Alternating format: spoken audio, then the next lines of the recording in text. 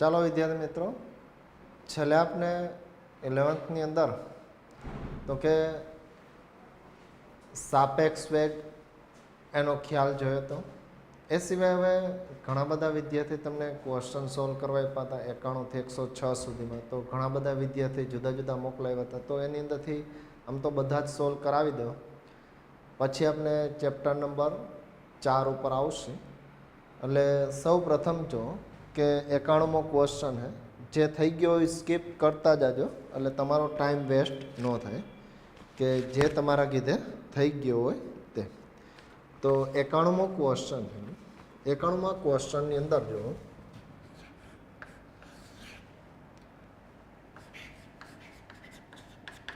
Physics 11th chapter number 3 91મો question છે કે એક ટાવરની ઊંચાઈ 39.2 મીટર છે.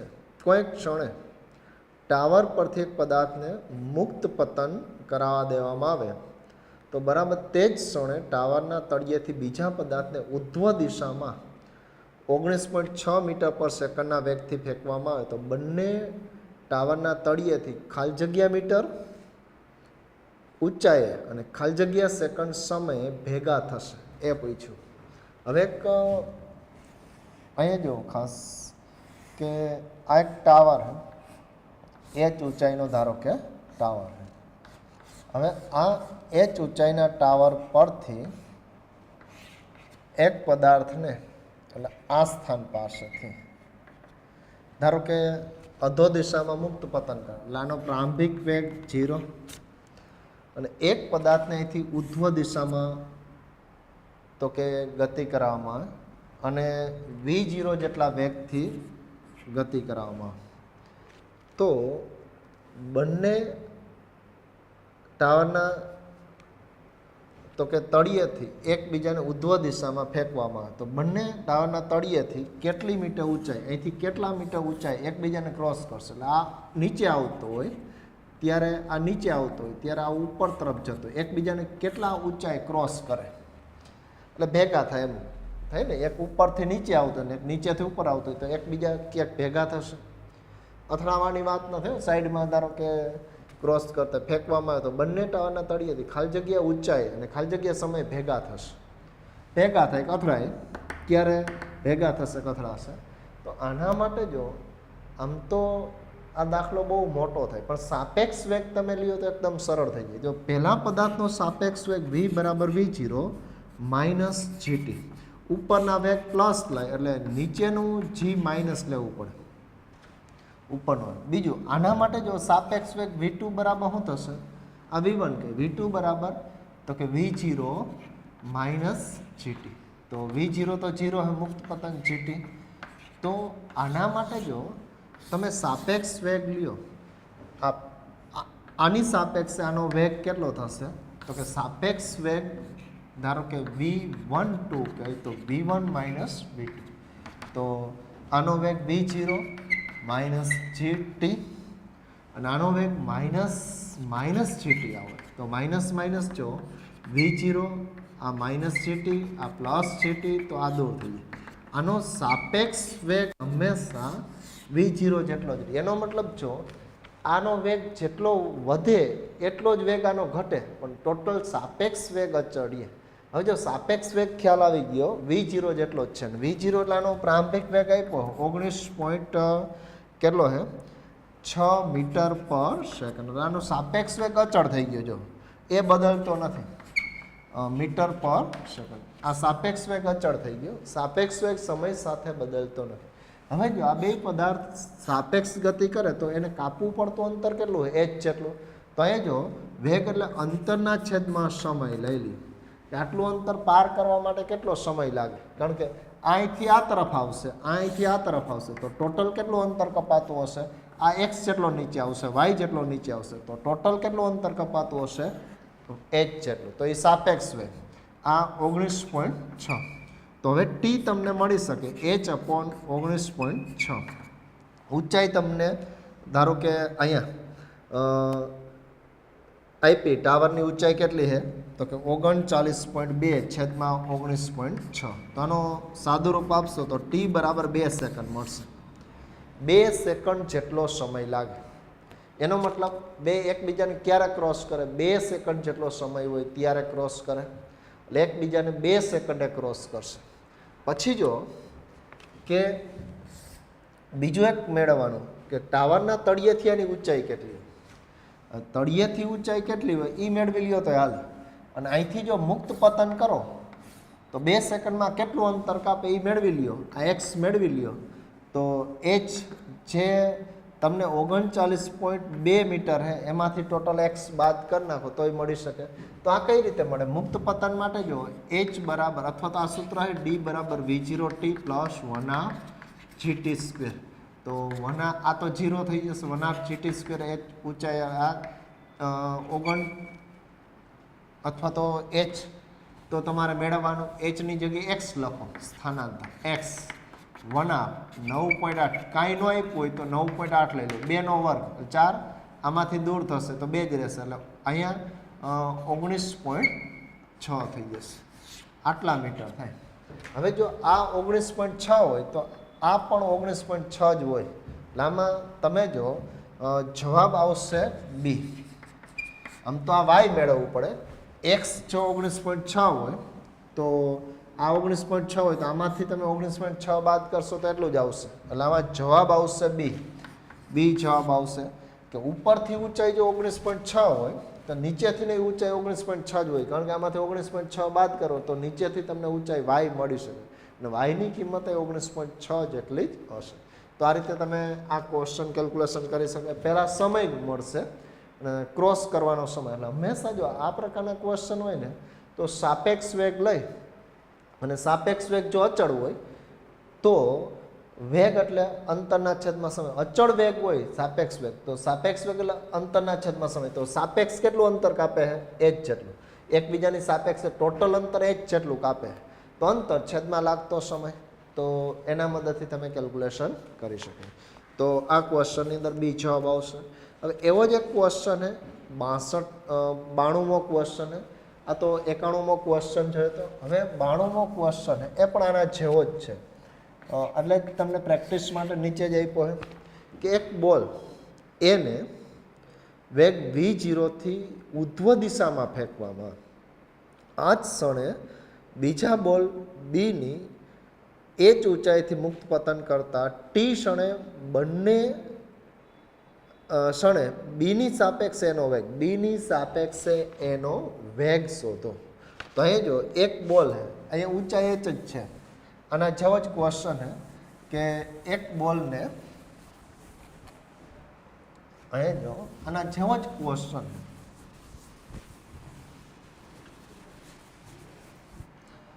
કે એક બોલને આ એને v0 વેગથી ફેંકતા ઉધ્વ દિશામાં ફેંકવામાં આવે તો આ જ ક્ષણે બીજા બોલને બીને એ જ ઊંચાઈ પરથી મુક્ત પતન કરવામાં આવે. મુક્ત પતન કરે તો ટી ક્ષણે બીની સાપેક્ષે એનો વેગ. તો આના વેગનું સૂત્ર શું થશે va બરાબર v0 માઇનસ gt. નીચે તરફનો પ્રવેગ જો આમાં ગમે તે પસંદ નીચે માઇનસ લ્યો તો આ માઇનસ આવે અને જો આ પ્લસ તમારે લેવું હોય તો આ પ્લસ આવે તો આ માઇનસ ઉપરના વેગ માઇનસ થઈ જાય. એટલે તમારી ઈચ્છા જે તમને ઈચ્છા પડે એટલે અહીંયા આપણે નીચેનો પ્રવેગ માઇનસ લીધો એટલે આ વેગ પ્લસ લીધો અને આ માઇનસ એ તો તમે ગમે તે લઈ શકો. અને આના વેગનું સૂત્ર શું થાય vb બરાબર આ 0 આ સૂત્ર છે v બરાબર v0 પ્લસ at તો આ 0 પ્રારંભિક વેગ મુક્ત પતન ખાલી gt આવશે અને શું આવશે માઇનસ. તો હવે જો કે અહીંયા તમને શું કીધું એ બીની સાપેક્ષે એનો વેગ એટલે va માઇનસ vb. તો va ની કિંમત તો આ સૂત્ર છે v0 માઇનસ gt અને માઇનસ gt તો માઇનસ પ્લસ આ દૂર થઈ જશે તો ખાલી v0 મળશે. એની સાપેક્ષે b નો વેગ v0 હશે. એટલે આમાં એવું થાય કે આનો વેગ જેટલો ઘટે એટલો જ આનો વેગ વધે. ટોટલ વેગનો સરવાળો v0 જ રહીએ. આનો વેગ v0 છે, આનો 0 છે અને આનો v છે. તો સાપેક્ષ વેગ છે એ જો પ્રવેગ અચળ હોય બેયના, ખાસ ધ્યાન રાખો, બે પરસ્પર વિરુદ્ધ દિશામાં ગતિ કરે તો આ બેયનો સરવાળો, આ v0 અને 0, તો v જ મળે, v0 જ મળે. સાપેક્ષ વેગ જો પ્રવેગ અચળ હોય તો સાપેક્ષ વેગ અચળ જ રહીએ, એટલે આમાં v0 જ જવાબ આવશે.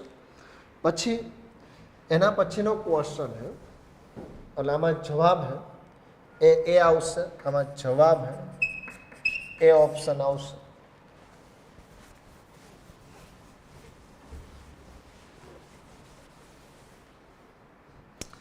પછી 93મો ક્વેશ્ચન કે આકૃતિમાં કાર એ અને કાર બી માટે એક્સ સ્થાનાંતર વિરુદ્ધ સમયનો આલેખ દર્શાવેલો છે. તો કાર એનો બીની સાપેક્ષ વેગ, કાર એનો બીની સાપેક્ષે વેગ શોધો. તો અહીંયા જો એ માટે આવો ગ્રાફ આપેલો, બી માટે ગ્રાફ આ પ્રકારનો આપેલો, આ 1 2 2 3 4 5 અને આ 6 આપેલું. તો આ રીતે આપણે આપેલું, અહીંયા 15 આપેલું, આ આપેલું એ, આ બી. તો જો એનો વેગ એટલે શું થશે, તો કે એનો વેગ એટલે ઢાળ tan થીટા, અથવા આના માટે જો એ માટે શું આવશે, સામેની બાજુ 15 છેદમાં પાસેની બાજુ અહીંથી અહીંયા સુધી 6, તો એક સૂત્ર થયું. બીનો વેગ એટલે શું થશે, ઢાળ tan થીટા થાય, ઢાળ જ થશે. તો એનો સામેની બાજુ 15 પણ પાસેની બાજુ જો 6 માંથી તમારે 3 બાદ કરવું પડે, 3 જ છે. હવે તમારે શું કરવાનું છે, કયા એનો બીની સાપેક્ષ જોઈએ, તો વી એ બી એનો બીની સાપેક્ષ વીએ માઇનસ વીબી.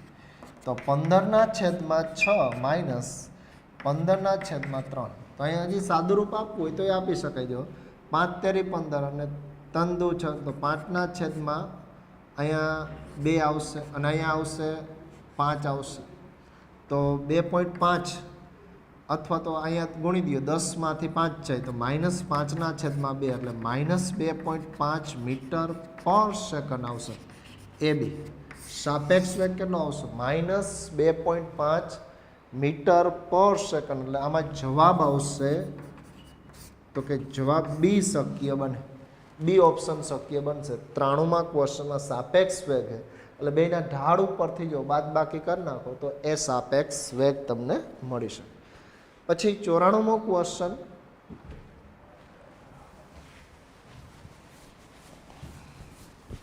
અમે જે થઈ ગયા હોય સ્કીપ કરતા જાજો એટલે ટાઈમ ઓછો વેસ્ટ થાય. 94મો ક્વેશ્ચન કે 120 મીટર લાંબી ટ્રેન પૂર્વથી ત્યાં પશ્ચિમ કરી નાખ્યું, પશ્ચિમ તરફ 10 મીટર પર સેકન્ડની ઝડપથી ગતિ કરે. એક પછી એક ત્યાં પક્ષી કરી નાખજો, એક પક્ષી પૂર્વ તરફ 5 મીટર પર સેકન્ડના વેગથી ઉડતું આ ટ્રેનને ક્રોસ કરે. તો ટ્રેનને ક્રોસ કરવા માટે લાગતો સમય શું? હવે ટ્રેન તો કે ટ્રેન કઈ ડાયરેક્શનમાં ગતિ કરે, તો કે પૂર્વથી પશ્ચિમ આ તરફ ગતિ કરે. અને એક પક્ષી એ પક્ષી આ ડાયરેક્શનમાં ગતિ કરે. બે પરસ્પર વિરુદ્ધ, કે આ ટ્રેન આ તરફ ગતિ કરે અને પક્ષી જે પક્ષી આ ડાયરેક્શનમાં ગતિ કરે, બે પરસ્પર વિરુદ્ધ દિશામાં ગતિ કરે. તો અહીં જો ટ્રેનની લંબાઈ કેટલી છે, 120 મીટર અને 10 મીટરની ઝડપથી આ ટ્રેન વી તો એની ઝડપ 10 મીટર પર સેકન્ડ આપી. અને પક્ષી એટલે બર્ડ કહે, એની અહીંયા આ ટ્રેન માટે ટી કહી દે અને આ બર્ડ માટે, પક્ષી માટે 5 મીટર પર સેકન્ડ ઝડપ. તો આ ટ્રેનને ક્રોસ કરવા માટે કેટલો સમય લાગે? તો પરસ્પર વેગ વિરુદ્ધ, તો સાપેક્ષ વેગ કેટલો થશે? ટ્રેનની સાપેક્ષે બર્ડનો વેગ, સાપેક્ષ વેગ તો કે બેનો સરવાળો થાય પરસ્પર વિરુદ્ધ દિશામાં. તો 10 + 5 એટલે 15 મીટર પર સેકન્ડ જેટલો થાય.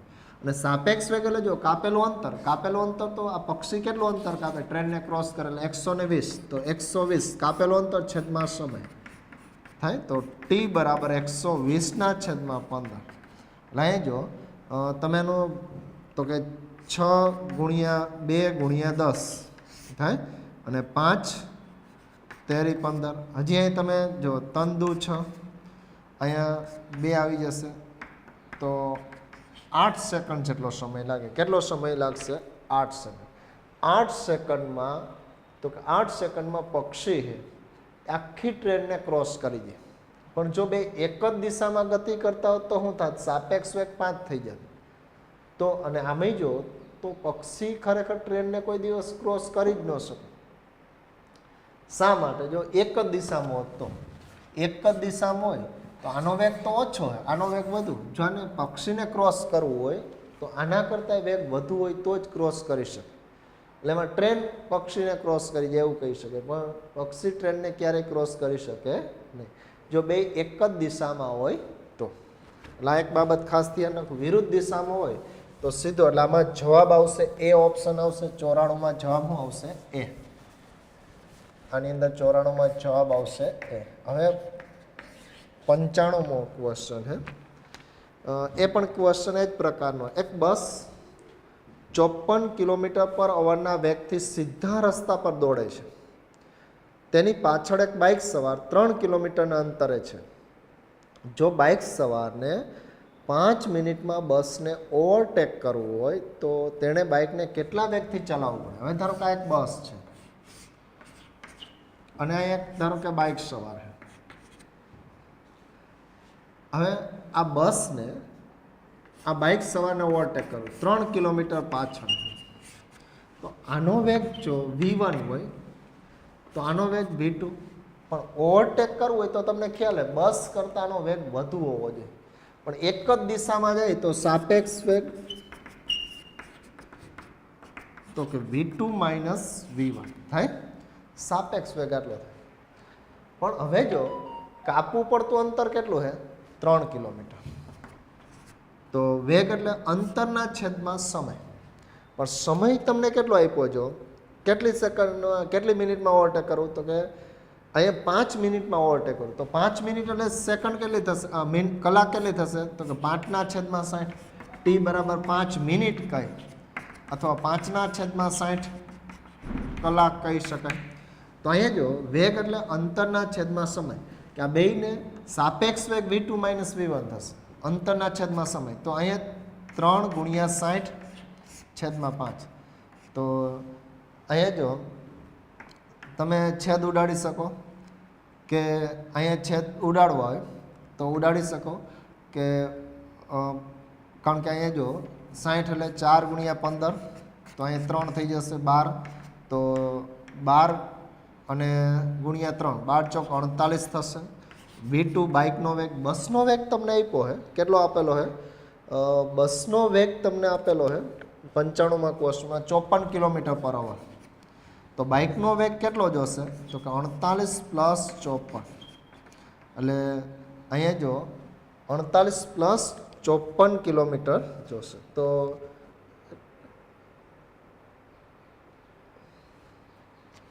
અહીં 36 આવશે. 36 આવશે. 12 ગુણ્યા 3 જ કરવાનું. 36 પ્લસ 54 આવશે. તો અહીંયા જો કે તમે સાદુરૂપ આપો તો 0, અહીંયા આવશે 1, 6, 6, 3, 9, 90 કિલોમીટર પર અવર. એટલે બાઇકનો વેગ ખરેખર કેટલો જોઈજો? 90 કિલોમીટર પર અવર. આની અંદર જવાબ શું આવશે? બી ઓપ્શન આવશે. કે બી ઓપ્શન આની અંદર શક્ય બને કે આને ખરેખર કેટલા કિલોમીટરથી ગતિ કરવી જોઈએ? તો કે 90 કિલોમીટર પર અવરની ઝડપથી ગતિ કરવી જોઈએ તો એ બસને ઓવરટેક કરી શકે. ને એ 5 મિનિટમાં, 5 જ મિનિટમાં ઓવરટેક કરી શકે. એટલે સાપેક્ષ વેગ એટલે જો અંતરના છેદમાં સમય લેવું. સાપેક્ષ વેગ એટલે અંતર, તો બે વચ્ચે કાપવું પડતું અંતર 3 કિલોમીટર અને મિનિટ 5. 5ને બદલે કલાકમાં ફેરવો તો 5/60 એટલે 60 ઉપર વહી જાય. તો 12×5 12 ગુણ્યા 3 36 અને પછી 54 એડ કરી દો તો એ તમને મળશે 90. એટલે આની અંદર જવાબ આવશે તો કે બી ઓપ્શન શક્ય બનશે 95. હવે 96મો ક્વેશ્ચન છે. તો 96મા ક્વેશ્ચનની અંદર જો કેક બીજા તરફ અમુક ઝડપથી ગતિ કરતા બે કણો વચ્ચેના અંતરના ઘટાડાનો દર 6 મીટર પર સેકન્ડ અને તેટલી જ ઝડપથી બે કણો એક જ દિશામાં ગતિ કરતા હોય તો તેના વચ્ચેનો અંતરનો વધારાનો દર 4 મીટર પર સેકન્ડ. તો બંને કણની ઝડપ શોધો. હવે જો બે કણ ધારો કે એ અને હું બી લઈ લઉં, એકબીજા તરફ ગતિ કરતા હોય તો અંતરના ઘટાડાનો દર વિરુદ્ધ દિશામાં ગતિ કરતા હોય તો સાપેક્ષ વેગ કેટલો થાય? તો કે v1 પ્લસ v2 અને અંતરનું આમાં અંતર ઘટે તો અંતરના ઘટાડાનો દર એટલે કે સાપેક્ષ વેગ જ થાય 6 મીટર પર સેકન્ડ. એટલે આ 6 મીટર પર સેકન્ડ છે. આ અંતરના ઘટાડાનો દર એટલે સાપેક્ષ વેગ જ થયો કે v1 પ્લસ v2. અને જો એક જ દિશામાં ગતિ કરતા હોય, આ ધારો કે v1 ગતિ કરે, આ બી પદાર્થ v2 ગતિ કરે, તો અંતરના વધારાનો દર એક જ દિશામાં ગતિ કરતો હોય તો સાપેક્ષ વેગ શું આવશે? એકમાંથી બીજું બાદ કરો, કોઈ પણમાંથી v2 માંથી v1 બાદ કરો, v1 આમાંથી બાદ કરો તો અંતરના વધારાનો દર 4 મીટર પર સેકન્ડ. તો હવે જો આ બે સમીકરણને ઉકેલી દો. ઉકેલવા માટે શું કરવું પડે? v1 પ્લસ v2 બરાબર 6, v1 માઇનસ v2 બરાબર 4. તો અહીંયા જો આ દૂર થઈ જશે, અહીંયા 2v1, અહીંયા તો 0 અને અહીંયા 10. તો v1 બરાબર 5 મીટર પર સેકન્ડ. એક વેગ જો 5 મીટર પર સેકન્ડ હોય તો બીજો વેગ કેટલો મળે? જો તો અહીંયા ધારો કિંમત મૂકી દો તો લે આ 5, તો v2 કેટલું મળે? તો કે સમીકરણ અહીંયા 5 પ્લસ v2 બરાબર 6. તો v2 બરાબર 1 મીટર પર સેકન્ડ જેટલો વેગ મળશે. 1 મીટર પર સેકન્ડ જેટલો વેગ તો કે શક્ય બની શકે. એટલે આટલા વેગ સાથે તો કે એ ગતિ કરતો હશે. એટલે એકની અંદર જો 5 મીટર પર સેકન્ડ આવે અને બીજો આવશે 1 મીટર પર સેકન્ડ અને કદાચ તમને આડાવડું મળી શકે. જો આડાવડું આમાં v2 માઇનસ v1 લેહો તો આડાવડું મળી શકે, એમાં કાંઈ વાંધો નથી. પણ એકનો વેગ 5 હોવો જોઈએ ને એકનો વેગ કેટલો હોવો જોઈએ? 1 મીટર પર સેકન્ડ. એટલે આમાં જવાબ એ શક્ય બને. કદાચ આમાં v2 5 લ્યો અને v1 1 લ્યો તોય કાંઈ ફેર પડે નહીં. તો આમ તો આમાં બેમાં ઇક્વલ જ રહેશે, બાકી ડિફરન્સ આવશે. 96માં જવાબ એ આવશે. પછી 97મો ક્વેશ્ચન.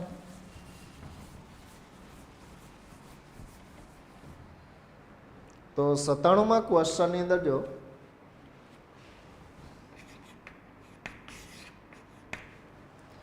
કે 150 મીટર ઊંચા ટાવરના ટોચ પરથી એક પદાર્થને મુક્ત કરવામાં આવે છે તો તે જ સમયે ટાવરના તળિયેથી ઉધ્વ દિશામાં એક પદાર્થને 30 મીટર પર સેકન્ડના વેગથી ફેંકવામાં આવે છે તો બંને પદાર્થ ખાલી જગ્યા સમય પછી મળશે. એટલે 97મો ક્વેશ્ચન એક્ઝેક્ટ કેના જેવો છે? તો કે એક્ઝેક્ટ 91મો ક્વેશ્ચન જોઈએ એના જેવો છે. હવે જો એક પદાર્થને તમે 150 મીટર ઊંચો ટાવર, h બરાબર 150 મીટર ઊંચો ટાવર પરથી એક પદાર્થને મુક્ત પતન કરવામાં આવે. અહીંયા પ્રારંભિક વેગ 0 સાથે મુક્ત કરવામાં આવે અને તે જ સમયે ટાવરના તળિયેથી અહીંથી તે જ સમયે ટાવરના તળિયેથી એક પદાર્થને v0 બરાબર 30 મીટર પર સેકન્ડના વેગથી ફેંકવામાં આવે તો બંને પદાર્થ ખાલી જગ્યાએ સમય મળશે. તો ખાસ જો સાપેક્ષ વેગ 30 જ રહે, 30 અને 0 બે પરસ્પર વિરુદ્ધ ગતિ કરે તો સાપેક્ષ વેગ જો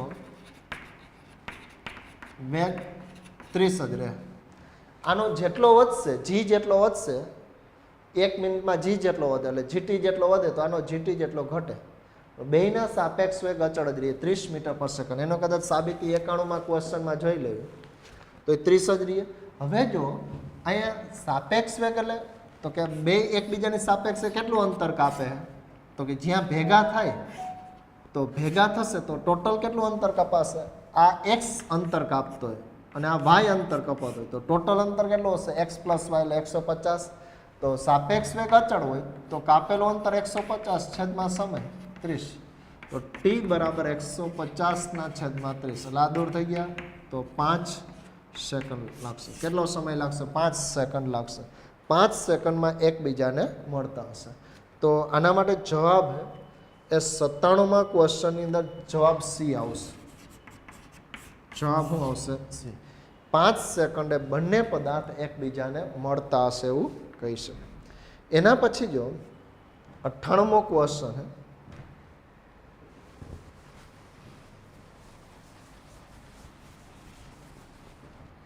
તો 98મો ક્વેશ્ચન है એ ટ્રાફિક સિગ્નલ પાસેથી 15 મીટર પર સેકન્ડની અચળ ઝડપથી એક ટ્રક પસાર થાય છે. તે જ સમયે ટ્રકની ગતિની દિશામાં 4 મીટર પર સેકન્ડના અચળ પ્રવેગથી એક કાર ગતિ શરૂ કરે છે.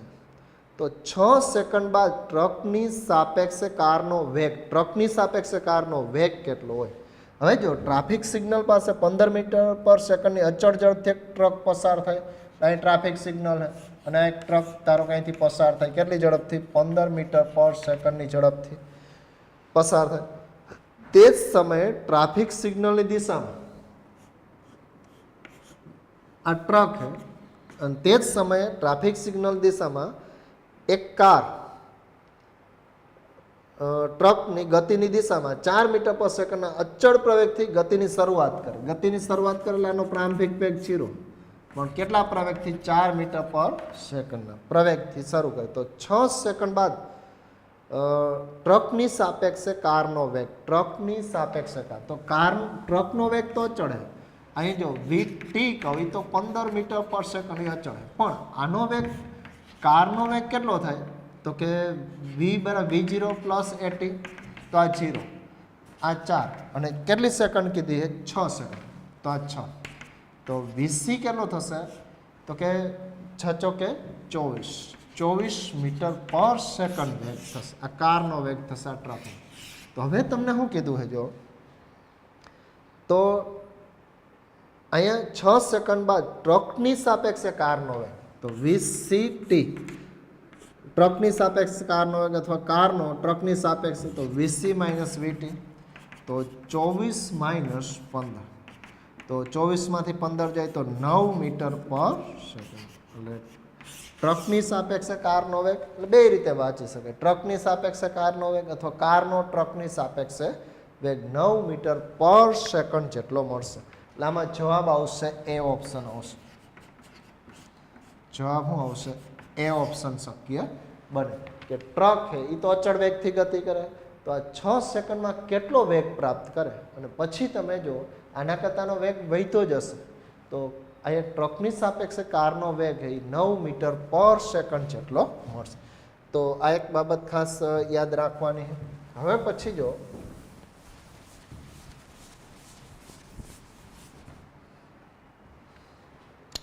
નવ્વાણુંમો ક્વેશ્ચન, 50 મીટર લાંબી બે ટ્રેન એકબીજાની વિરુદ્ધ દિશામાં 10 મીટર પર સેકન્ડ અને 15 મીટર પર સેકન્ડના વેગથી ગતિ કરે તો તેને એકબીજાને પસાર કરવા માટે કેટલો સમય લાગે? બે ટ્રેન, આ ધારો કે એ ટ્રેન કહી દે, એનો વેગ છે 20 મીટર પર સેકન્ડ અને બીજું બાજુના ટ્રેકની અંદર છે બીજી બી ટ્રેન, એ આ તરફ ગતિ કરે વીબી. તો વીબી બરાબર જો અહીંયા બીજી ટ્રેન 30 મીટર પર સેકન્ડની ઝડપથી ગતિ કરે, 30 મીટર પર સેકન્ડની ઝડપથી ગતિ કરે, તો જેની લંબાઈ 130 છે, આની લંબાઈ 120 મીટર, આની લંબાઈ 130 મીટર. તો એકબીજાને પસાર કરવાનો સમયગાળો, એકબીજાને પસાર કરે, પસાર કરે એટલે ખરેખર વાસ્તવિક સ્થિતિમાં શું થઈ જાય? જો પસાર કરે એટલે તો કે આનો જે છેડો છે અને આ છેડો, આ બે ધારો કે આનો છેડો આ સ્થાન પાસે આવી જાય, આ બી ટ્રેન, અને આનો છેડો છે આ સ્થાન પાસે આવી જાય. આ જે ટ્રેન છે એનો આ છેડો છે આ સ્થાન, એટલે એકબીજાને પસાર કરે.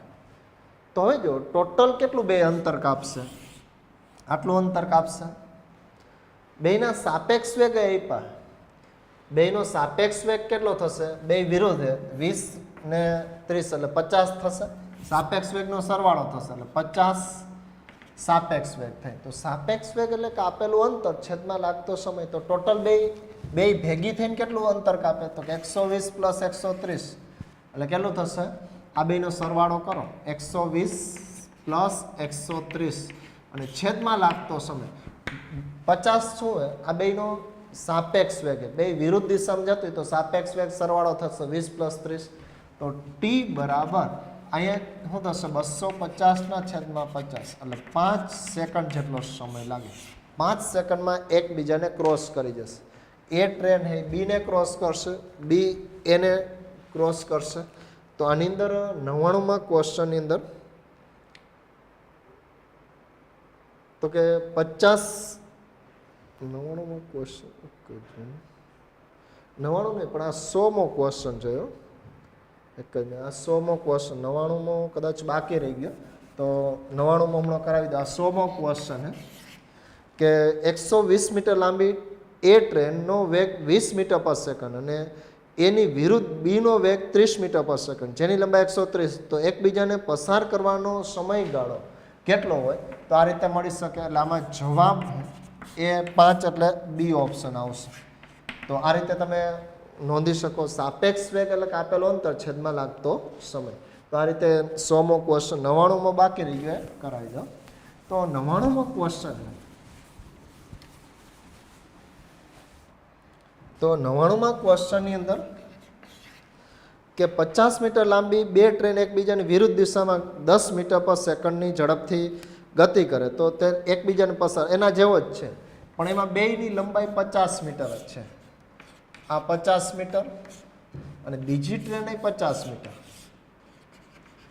તો અહીં જો કાપેલું અંતર ટોટલ કેટલું હશે? 100.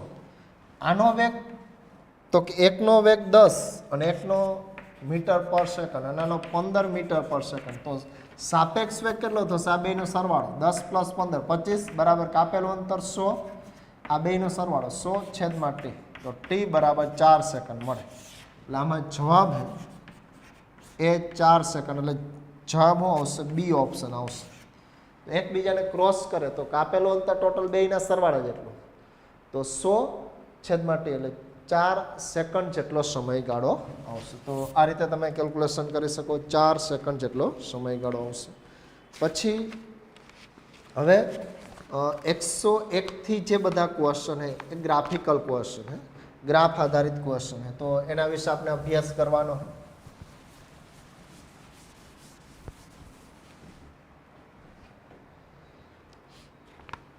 કે 101 ની અંદર જો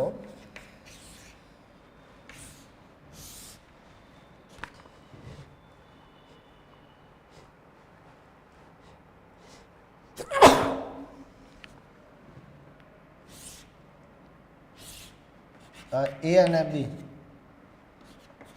વી તો આના માટે જો આ 45 ખૂણો આપ્યો, આનો ખૂણો 60. તો અહીં જો એ અને બીના પ્રવેગનો ગુણો તો આનો ઢાળ જ પ્રવેગ થાય. એનો પ્રવેગ અને બીનો પ્રવેગ. તો 10 એ માટે કેટલો આવશે? 45 અને આના માટે 10 60. તો આ 1 નાની કિંમત શું આવશે? √3. તો અહીંયા તમને જો એ ઓપ્શન જવાબ શક્ય બનશે. એ અને બીના પ્રવેગનો ગુણોત્તર 1/√3. પ્રવેગ એટલે વેગ વિરુદ્ધ સમયના ગ્રાફનો ઢાળ. તો એ તમને મળીશે. પછી 102 ક્વેશ્ચન. એટલે આમાં જવાબ એ આવશે. 102માં તમને આ પ્રકારનો આખો ગ્રાફ આપેલો સી ડી E F. આ એ સ્થાનાંતર વિરુદ્ધ સમયનો ગ્રાફ હે. તો ગતિ કરતા કણ માટે સ્થાનાંતર વિરુદ્ધ સમયના ગ્રાફ દર્શાવ્યો છે. તો કણનો વેગ ઋણ ક્યાં બિંદુ પાસે છે? હવે જો ઋણ ક્યાં હોય તો અહીંયા તો સ્થાનાંતર વધતું જાય. સ્થાનાંતર જ્યાં સુધી વધે ત્યાં સુધી વેગ ધન જ હોય. અહીંયા સ્થાનાંતર જો અચળ થઈ જાય એનો મતલબ અહીંયા વેગ 0 થઈ જાય. પછી જો સ્થાનાંતર વધતું હોય, પછી જો સ્થાનાંતર ઘટે તો સ્થાનાંતર જ્યાં સુધી ઘટે અહીંયા સુધી સ્થાનાંતર ઘટે, તો જ્યાં સુધી સ્થાનાંતર ઘટે એનો મતલબ આ એ સ્થાનાંતર, તો વેગ ઋણ હોય એટલે ઈ બિંદુ પાસે ઋણ હોય, તો જવાબ શું આવશે? ઈ બિંદુ. ધન ક્યાં હોય? સી બિંદુ. અહીં જો સ્થાનાંતર વધે તો અહીં ધન, અને 0 ક્યાં હશે? ડી બિંદુ પાસે. એટલે આમાં જવાબ તો તમને ઋણ માં ગયો, તો ઈ ઓપ્શન આવશે, એટલે જવાબ ડી આવશે. ડી બરાબર ઈ. આ બિંદુ પાસે એનો તો કે વેગ ઋણ હશે.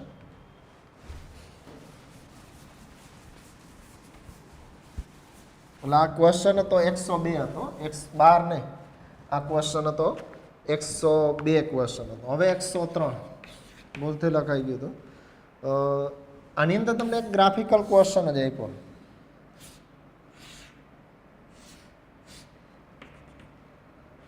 વીસ, 40, 60, 80 આ ટી અને આ વેગ વી.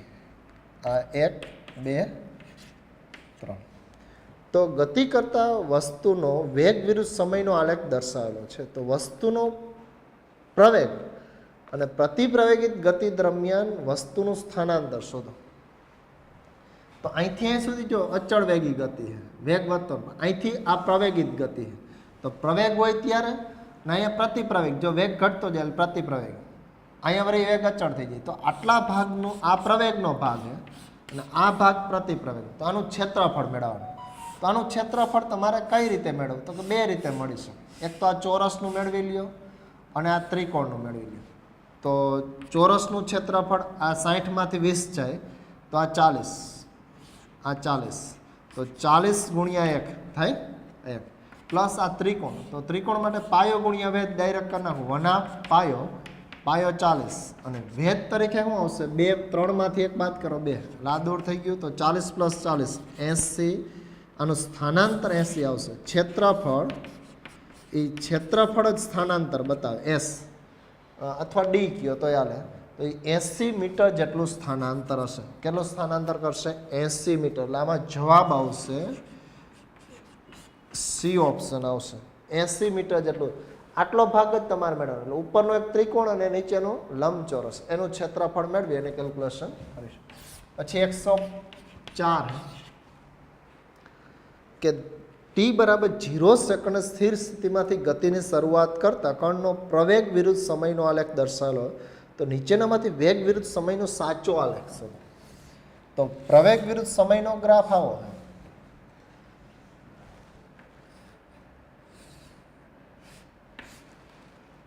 આ 1, 2, 3, 4, આ 3 થશે અને આ -3 થશે અને આ પ્રવેગ થશે એ, આ સમય ટી. તો આના માટે જો કે આ ભાગનું ક્ષેત્ર અથવા તો અહીંયા તમે જો પ્રવેગ અચળ, અહીંયા પ્રવેગ અચળ, તો પ્રવેગ અચળ હોય તો સતત વેગમાં વધારો થતો જાય એવો ગ્રાફ આવે. અને અહીંયા જો પ્રવેગ ઋણ પ્રવેગ તો સતત વેગમાં ઘટાડો થાય એવો પ્રવેગ. તો આના માટે તમે વેગ વિરુદ્ધ સમયનો ગ્રાફ છો તો એ ઓપ્શન શક્ય બને. શા માટે? તો અહીંયા સુધી વેગ વધે, 2 સેકન્ડ સુધી વેગ વધે, પછી વેગ વળી પાછો ઘટે. જેમ કે ઉધ્વ દિશામાં તમે ઉછાળો કોઈ પદાર્થને તો આવો ગ્રાફ મળે કે આની અંદર જો એટલે આમ તો એમાં તો જી તો નીચે તરફ જ હોય, પણ પહેલાં પ્રવેગિત ગતિ હોય. ધારો કે નીચે તરફ આવતો હોય તો પ્રવેગિત ગતિ હોય તો વેગ વધતો જાય, પછી ધારો ઉપર તરફ જતો હોય તો પ્રતિપ્રવેગિત હોય તો વેગ ઘટતો જાય. એટલે આ પ્રકારનો ગ્રાફ એ ઓપ્શન શક્ય બને. એટલે આમાં જવાબ એ ઓપ્શન શક્ય બનશે. આ પ્રકારનો ગ્રાફ શક્ય કે અહીંયા સુધી વેગ વધે જ જાય, અચળ વેગે વેગ વધતો જાય, અહીંયા સુધી વેગ વધે અને પછી અહીંથી વેગ ઘટાડો થતો જાય. એટલે આ પ્રકારનો આખો ગ્રાફ શક્ય બને.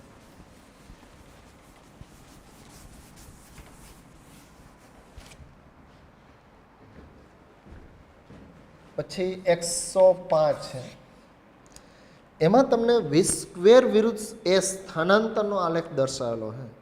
તો કણનો પ્રવેગ km/h કેટલો હશે? પ્રવેગ મેળવવાનો હોય. v² વિરુદ્ધ તમને એસ આ કિલોમીટરમાં છે અને આ કિલોમીટર પર અવરનો સ્ક્વેરમાં અને આ પ્રકારનો ગ્રાફ દર્શાવે. તો આ ગ્રાફ શું દર્શાવે? આ 4600 અને અહીંયા 900. એનો મતલબ પ્રારંભિક વેગ v0 ની કિંમત 4600, v0 સ્ક્વેરની કિંમત પ્રારંભિક વેગ 0 સમય વેગ અને અંતિમ વેગનો વર્ગ કેટલો છે 900. તો પ્રવેગ મેળવવાનો અને આ કાપેલો અંતર કેટલું છે 0.6. તો v square minus v0 square બરાબર 2ad અથવા s. તો આ 46 આ 900 અહીંયા આવશે, આ 900 આવશે માઇનસ 46 આ વર્ગ જ આપ્યો 2a અને આ 0.6 એટલે 0.12 થઈ જશે. આમાંથી બાદ કરો 900 બાદ કરો 4600માંથી 900 બાદ કરો તો અહીંયા જો 4600માંથી 900 બાદ કરો તો આ 0 0 16માંથી 9 જાય તો 7 અને 3700. તો 3700 છેદમાં 0.12 એ.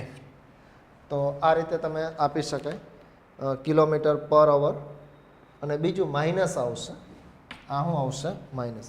તો આનો તમે ભાગાકાર નહીં કરી નાખો તો એ તમને મળશે કે આમાંથી ધારો કે તમે 900 બાદ કરી નાખો અને 0.12 વડે ભાગાકાર કરી નાખો. 0.12 કિલોમીટરમાં જ છે, આ 0.6 છે.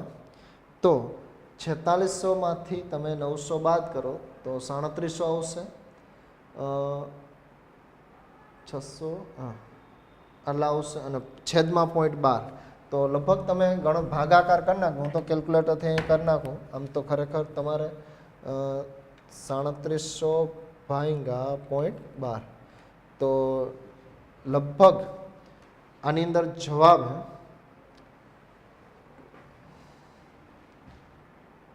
1.6 1.2 આવશે. અહીં 1.2 આવશે.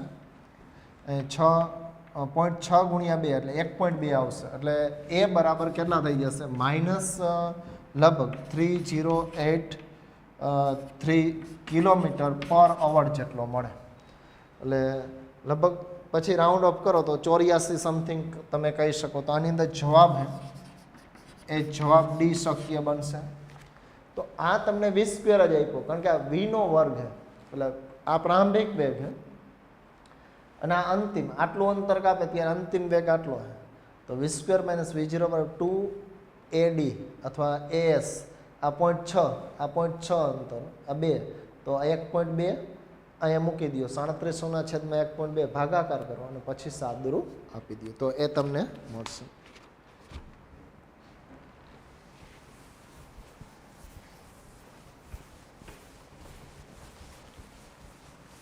અને એના પછી લાસ્ટ ક્વેશ્ચન 106.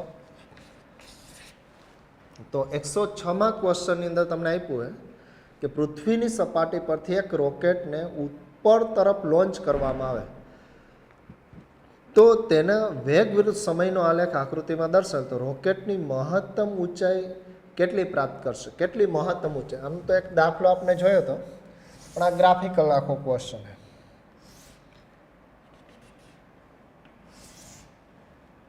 આવો એક તમને ગ્રાફ આપ્યો. આ મીટર પર સેકન્ડમાં ખાસ એકમ પણ જોવા. આ 20 પછી અહીંયા તમને આપ્યું 120 બાકી તમને આપ્યા. હવે જો આ ગ્રાફ હું દર્શાવ પહેલાં રોકેટને અહીંથી તમે લોન્ચ કરો તો આ રોકેટ ઉપર તરફ જશે તો વેગ વધે જાય અહીંયા સુધી. પછી વેગ ઘટે શા માટે? તો કે ધારો કે રોકેટનું એન્જિન બંધ કરી દો તો વેગ ઘટતો જાય. ઘટતા ઘટતા તો કે ઘટતા ઘટતા જો અહીંયા શૂન્ય થાય એનો મતલબ સ્થિર થશે, એ મહત્તમ ઊંચાઈ થાય.